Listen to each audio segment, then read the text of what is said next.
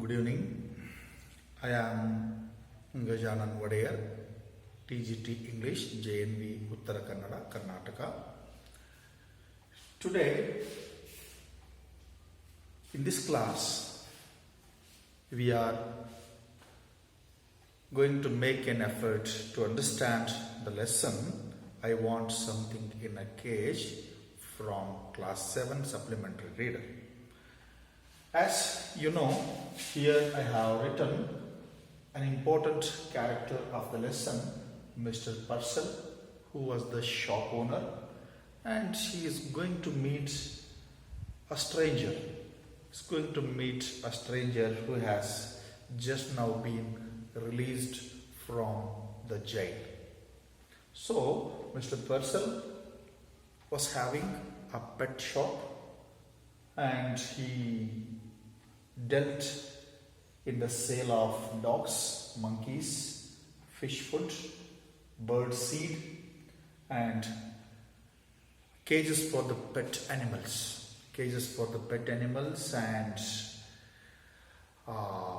remedies for the canaries.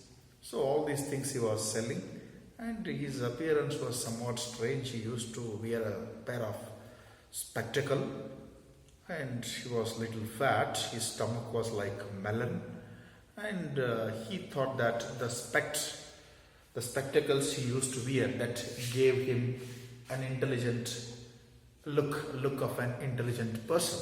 So in this class, these are some of the important the content word that are going to appear in the lesson. First one is uncanny. Uncanny means which is very unusual. And next word I wrote here is magnified. Magnified means it is to make look or appear big one. Canary. Canary is a small bird. Canary is a small bird which is known for its melodious song. Perch. Perch means it is a place where the bird sits. For example, this is a branch of a tree. The bird comes and sits, and this part will become the perch for a bird. Perch for a bird. Mop. Mopping. We all know that we mop the ground. Mopping the ground. Mopping the floor moppers. So that is wiping. Then shuttling glance. Shuttling glance means constantly looking to and fro. To and fro. The next one is snapped. Maybe having some other meaning in different, but here in this lesson, the meaning of the word snap is to say something in a very angry mood. Crestfallen is which is very much disappointed. Crestfallen means a very disappointed person is called as a crestfallen person. Snowy means white like a snow. White like a snow. Then magnanimous. Magnanimous is generous. Magnanimously means generously. Then totter. Totter is to move steadily. Move steadily. And coming to there are many other words also, but I have written a few of them for your better understanding. Okay. Pervade. Pervade means to be present everywhere. To be present everywhere. That is called pervading. Okay.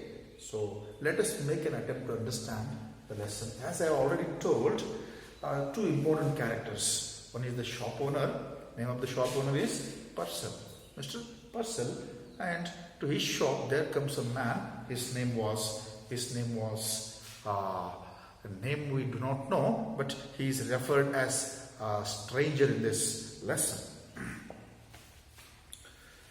So Mr. Purcell, a very different type of a nature, a person of a different nature. He never believed in ghosts.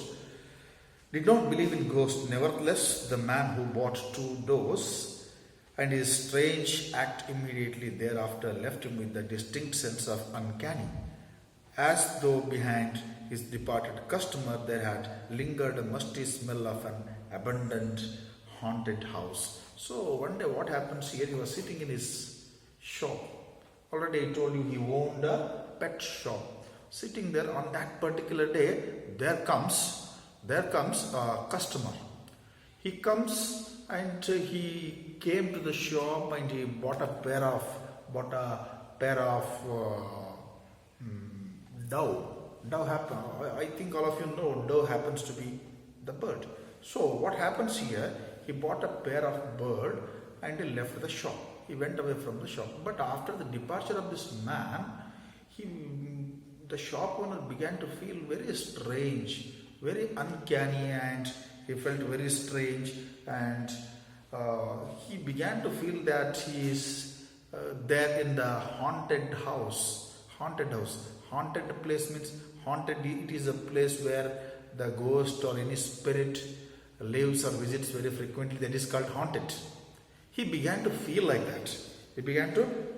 After the one customer came, he bought a pair of doves and he left the shop. After the departure of this man, he began to feel like this. Okay.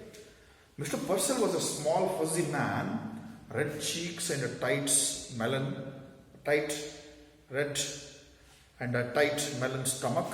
Large glasses magnified his eyes so as to give him the appearance of a wise and genial owl. So genial means intelligent. So already I told you his tummy was just like a melon, and he used to wear a pair of spectacles. Okay, by seeing all these things, he thinks that if I wear the glasses, it gives me an intelligent look. Okay, he was looking like an intelligent owl, like that it is said in the lesson. Genial owl. He owned a pet shop. He sold cats and dogs and monkeys. He dealt with the fish food. So already I wrote here, he owned a pet shop and he sold dogs, monkeys, fish food, bird seed. We all know that birds will be fed on the seeds. So bird food also he used to sell. We know that dog food also we call pedigree and all, And there are the dog stores nowadays which exclusively sell the dog food and some of the things, the belongings of the dog and all. Okay, we are all so fond of the pet animals. Okay, that type of a shop it is. And there was a big shelf in his shop and he displayed all the cages meant for the birds and the animals which he kept in his shop for the sale. It is just like showcasing them. Okay, if any customer comes, so that they will be able to see it without any problem. So easily it should come to the knowledge of the customers. That's why they all have been arranged in a good manner on the in a rows they have been arranged. Constant stir of movement pervaded his shop. Whisper, twitters, lie rustling, squeal cheeps, sudden squeaks, small feet scampered in frantic circles, frightened, bewildered, blindly seeking across the shelves, pulsed and endless flicker of life. But the customers who came in said, aren't they cute? Look at that little cage. They are sweet. And Mr. Purcell himself would smile and briskly rub his hands, emphatically shake his head. So many customers came to his shop. And what happens, So the shop was full of birds, animals, the cages. There are so many sounds, squeaks, the scampering of the poods. So all the various words have been used to convey the sounds of the birds and the animals in the shop, and also the various sounds made by the feet of the cute animals which have been kept in the shop. Okay, so when any customer came to the shop, they used to see all these things. It gave a sense of great happiness to the customers. By seeing all these animals, aren't they cute? They used to ask a question. Just emphatically they used to make an expression like this. They used to make expression like this to the shop owner. And when such a positive comment comes regarding his shop and the contents of his shop, so he also naturally felt so proud of his birds and the shop. Okay, so he also used to shake his head. Each morning when the routine of opening the shop was completed, It was the proprietor's custom to perch on the high stool behind the counter and fold the morning newspaper, digest the day's news. As he read, he would smirk, frown, reflectively post his lips, knowingly lift his eyebrows, nod in agreement. He read everything, even advice to the love loan and the detailed columns of the advertisement. So it was the routine. It had become the routine of this shopkeeper. What is the name of the shopkeeper? Already I have told you. Name of the shopkeeper is Mr. Purcell. He is a shop owner. Okay. So every morning he comes to the shop after opening all the associated small works and all. When everything is settled, when everything is set right in the shop, what he used to, it was his custom. What he used to do almost every day means he used to open that a particular day's newspaper and he will be sitting, he will be perching on the high stool. High stool happens to be a furniture. He will be sitting and reading all the newspaper entirely thoroughly from beginning to end. Even he used to read all the advertisements given in the newspaper. It was his routine. It was his routine. This is what happens almost every day. Okay.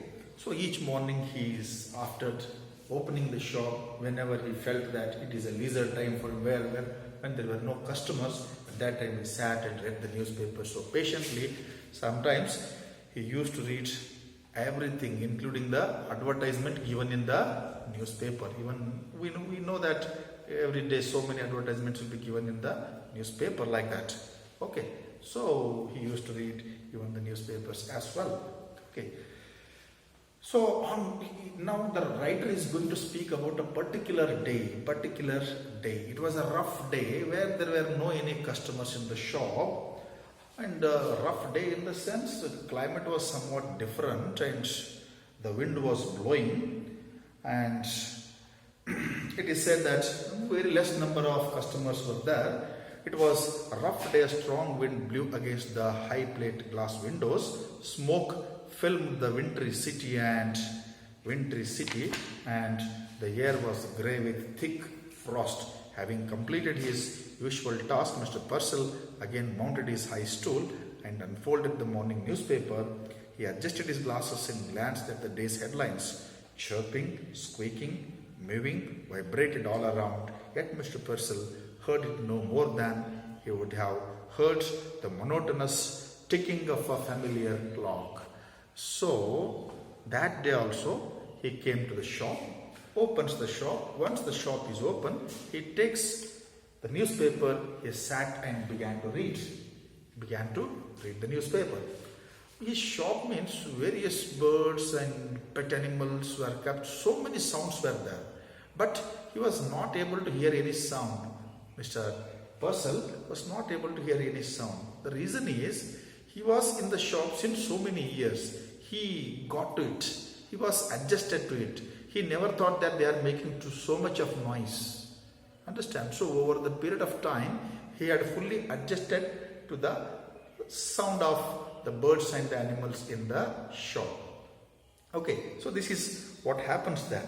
And though there were so many noises of the animals, and the birds in the shop, he never bothered. He seemed to never mind the sounds. Only he was able to hear the sound of a wall clock which was ticking from time to time. That much only he was able to hear. There was a bell over the door that jingled whenever the customer entered. This morning, however, for the first time Mr. Purcell could recall, it failed to ring. Simply he glanced up. There was a stranger standing just inside the door, as if he had materialized out of thin air. The storekeeper slid off his stool. From the first instant he knew instinctively, unreasonably, that the man hated him. But out of the habit he rubbed his hands briskly together, smiled and nodded. Good morning, he beamed. What can I do for you? So in the shop of Mr. Purcell, so many sounds are there, but he was able to hear the only sound of this wall clock, because he was fully adjusted. On that particular day, it so happens a stranger enters the shop, And there was one bell inside the shop. If any customer enters the shop, it used to make a sound. But on that day, it did not make any sound. The bell did not ring for the first time. But when he looked at the door, inside his shop, there comes a stranger. Stranger was so thin, and when he looked at stranger, he was looking like just as if he has been made out of a thin air. You must be children, you must be knowing that in the movies and all, how the ghost will be shown just like a white light and all, like that. So he was there. Okay, the man came inside, but when he looked at him, when Mr. Purcell looked at that man, he felt that the man, the stranger who came to his shop, perhaps he does not like him. Perhaps he does not like him like that, he felt after seeing the man. And briskly he is going to rub his hands like this. Okay, good morning. So what can I do for you? As a shop owner, it is his duty to entertain the customers. So he is asking him. Let us see what was the response of this man.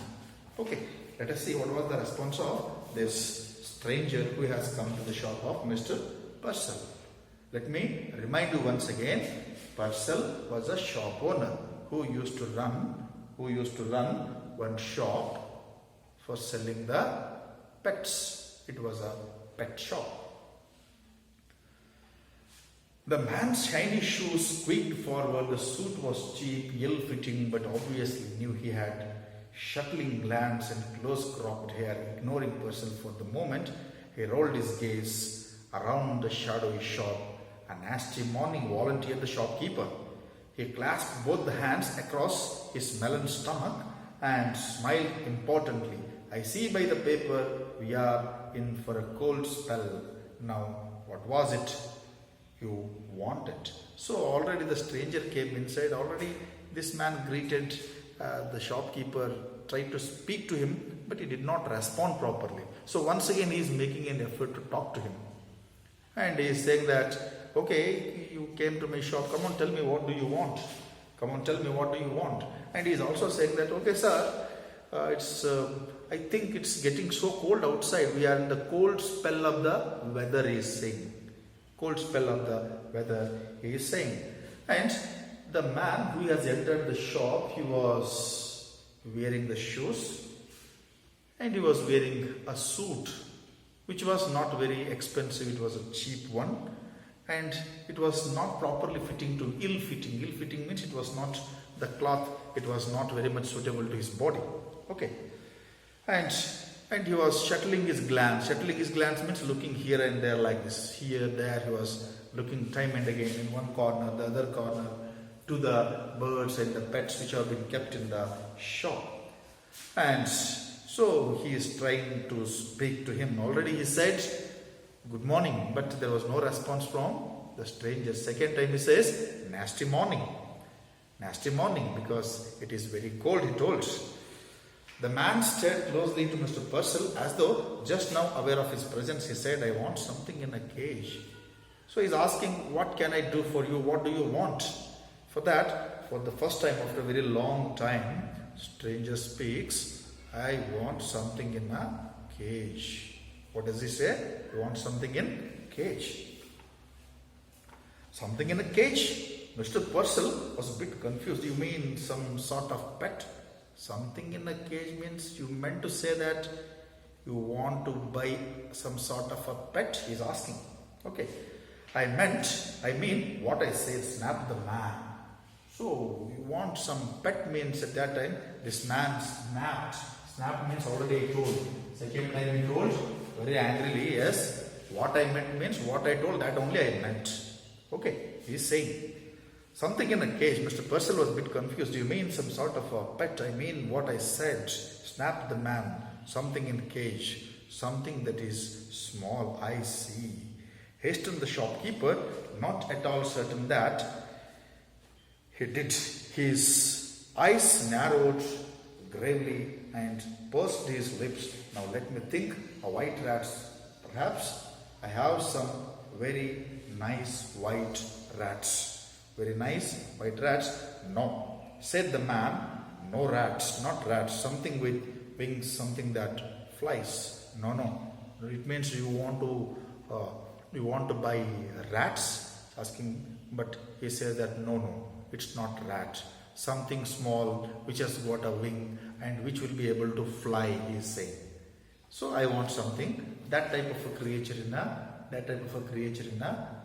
cage, he is saying. Something that flies, he is saying.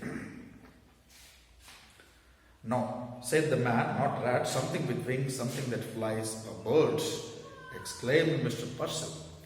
He said that, yes, now I came to know that you wanted a bird. You wanted a bird. That's all right. The customer pointed suddenly to a suspended cage which contained 2 snowy birds' does. How much for those? $5.50 came the prompt answer, and a very reasonable price. They are fine pair. So yes, I want birds, he is saying, and he is showing a cage. He says that I want to buy that one. How much for this? For that, Mr. Purcell says $5.50. So what does he say? $5.50. A very prompt, very correct answer he gave. Okay, $5.50. The man was obviously crestfallen when he said $5.50. So that man he began to feel crestfallen, means he was deeply disappointed, as he was not having that much money with him. That's why he felt very much disappointed. Okay. He hesitantly produced the $5 bill. I would like to have these birds, but this is all I have got, just $5. So $5.50 he is saying, but he said that, what does he say? I don't have $50, I have only $5. This much only I am having. The stranger shows the money to the shopkeeper. Okay. Mentally, Mr. Purcell made a quick calculation which told him that 50-cent reduction, he could still reap tidy profit. He smiled magnanimously. My dear man, if you want them that badly, you can certainly have them for $5. If you have made up your mind to buy these birds, definitely I will give you, so no need to feel crestfallen, the shopkeeper says to the stranger. I will take them. He laid his $5 on the counter. Mr. Purcell tottered on tiptoe, unhooked the cage and handed it to the customer. The man cocked his head to one side, listening to the constant chittering, the rushing scurry of the shop. That noise, he blurted. Doesn't it get you? So finally he is going to unhook the cage that was hooked in the shop. It is being... The shopkeeper is now going to unhook the cage in which he had put 2 doves. So doves he is going to buy. Who is going to buy? The stranger who has entered the shop. So already the bargaining was done. He was asking initially how much is the price. He told $5.50, like that he had told. But he said, I have only $55. So finally he agreed to give it. Now it is hooked. The cage is hooked in the shop. It is going to be removed and being handed over to the customer. And it so happens, handed it to his customer, the man cocked his head to one side, listening to the constant. So already I told you, the shop was full of so many sounds. As in the shop already, we have come to know that there are so many birds and animals. There was a constant sound, chirping of birds and various sounds made by the birds and animals there. So by seeing all these things, he was really very surprised. How this man is sitting in the shop all day? Is that man not going mad because of this constant and unending sound of the birds and the animals? He was really surprised. The man cocked his head to one side, listening to the constant chittering and rushing scurry of the shop. That noise, he blurted, doesn't it get you? So, is it making any difference for you? Are you not feeling disturbed due to the too much of constant noise he is saying? The customer, noise, what noise? Mr. Purcell looked surprised. He could hear nothing unusual. So already I told you, this man has completely been adjusted to the voice or too much of noise in the shop. So it did not make any difference for him. The customer glared. I mean, all this caged stuff drives you crazy, doesn't it? So many birds and animals you have put in the cage. Is it not making you to go crazy?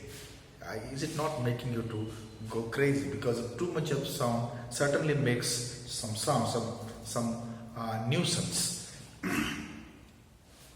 Mr. Purcell drew back. Either the man was insane or drunk, he said hastily. Yes, certainly, I guess so. So when this man is saying like this, Purcell began to think. Purcell, already I told you, Purcell is a shop owner. He feels that either this fellow is drunk or he is insane. Insane means mad, mentally ill. Okay, like that. Purcell drew back. Either the man was insane or drunk. He hastily said, yes, certainly I guess so. Oh, okay, what you say is right, he told. Listen, the staring eyes came closer. How long do you think it took me to make $5? Now the stranger is asking one more question. Next, what is going to speak to Purcell is, Mr. Shopkeeper, do you know how long did it take for me to earn this $5? He's asking. Do you know how long time it took for me to earn this much money? He's asking. Then how he could know? He says that, no, I don't know, he is saying. Let us see what he is going to say now here. The merchant wanted to order him out of the shop. So here the question is, he is a shopkeeper and stranger is a customer. How he brought the money, how he earned the money, it is none of his business. He is not interested to know all these things. But anyhow, somehow with a valiant effort, with a great difficulty, somehow he kept quiet. Otherwise he wanted to tell him, you get out of my shop. He wanted to say, but somehow he kept quiet. The merchant wanted to order him out of the shop, but oddly enough, he couldn't. He heard himself dutifully asking, why, how long did it take you? He's asking. The other laughed. 10 years at hard labor. To earn this $5, I spent 10 long years. Okay? Because the stranger was in the jail for 10 years. He was in the jail for 10 long years. Okay, so it took me to 10 years to, you may be knowing, when any person is jailed for a long time, he is not allowed to sit there idly. He will be given some work. So likewise, he had done some work, and at the end of the 10th year, he was able to earn this much money. He is saying, hard labor. Hard labor is a tough task it is. Okay, very difficult work. 10 years to earn this $5. 50 cents a year. It was best Purcell decided to humor him. My, 10 years. That's certainly a long time. Took you 10 years. My goodness. 10 years to earn this much money. So a pretty long time it is. They give you $5, laugh the man, and cheap suit, and tell you not to get caught again. So they give you this much money, and once at the time of release up from the jail, by the time they will tell you, once again don't come back to the jail like that, they will tell the person who is going to be released from the jail. Mr. Purcell mopped his sweating brow. Now about the care and feeding of your doves, I would advise. Now he is saying that you brought the birds, you purchased the birds from my shop, but do you know any idea, do you have any idea how to feed this? I would like to give you advice. I would like to tell you how to feed the animal, how to take proper care of these birds, he wanted to say. Bah! The man swung around and stalked abruptly from the store. Purcell sighed with a sudden relief. He waddled to the window and stared out. Just outside, a peculiar customer had halted. He was holding the cage, shoulder high, staring at his purchase. Then opening the cage, he reached inside, drew out one of the doors, he tossed it into the air. He drew out the second and tossed it after the first. They rose like a wind-blown balls of fluff and were lost in the smoky grey of wintry city. For an instant, Liberator, silent and lifted gaze, watched after them. Then he dropped the cage. He showed both hands in his trouser pocket, hunched down his head and shuffled away. The merchant's brow was puckered with perplexity, so desperately had the man desired the doors that he had let him have them reduced price. And immediately he had turned them loose. Now why, Mr. Purcell muttered, did he do that? He felt vaguely insulted. So what happens here? So stranger has bought a pair of doves from Purcell's shop. Now he came out of the shop with his cage. In the cage, how many doves are there? 2 doves are there. So he came out, opens the door of the cage, took one bird and he liberated, left in the sky. And after that, once again, he is going to take the last one. He took that and he liberated, he freed that also. Okay, freed that also, and it was a winter season, grey sky of the city was there. So they vanished, they disappeared in the sky.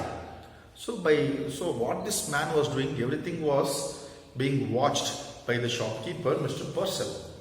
So he felt really very much insulted, because he thought that this fellow is taking these birds to keep in his home as a pet birds. But what this man is doing, he left them. And for that, thinking that this man is very much interested to have this bird to keep in his home, he gave them in a bargained price by lowering the price. But what happens here? So this is something like a grave insult. He was greatly insulted by the act. He thinks like that. But actually this man is liberating them, because he knew he spent 10 long years in the jail. He knows what imprisonment is. Okay. So this is what happens at the end of the lesson. But somewhere Mr. Purcell feels that he was greatly insulted by the act of this man. Thank you. Have a nice day.